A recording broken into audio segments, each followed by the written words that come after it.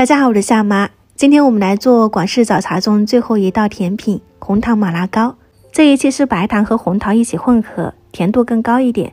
用热水化开，降温到不烫手，温热的时候再加入酵母，把酵母搅拌融化，就可以放到一旁备用。再来准备普通面粉和木薯淀粉。这里如果是单面粉，那就是发糕，口感比较粗糙。加入了木薯淀粉，它能够让口感更加的软糯弹牙。用红糖酵母水搅拌到没有任何面疙瘩，就可以盖起来，放到温暖的地方发酵至2倍大。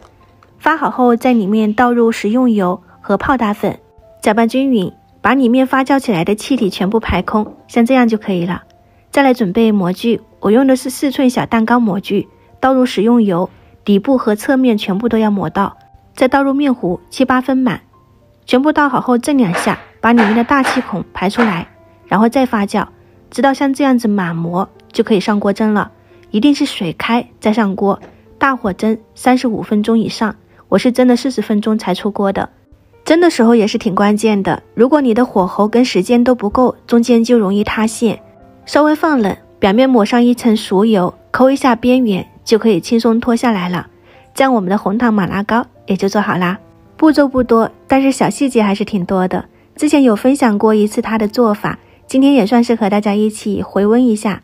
如果是其他口味的话呢，你就可以把红糖液换成南瓜泥、紫薯泥，或者是用牛奶做成的一个白糖糕，也是非常好吃的。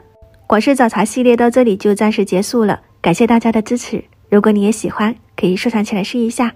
我是夏妈，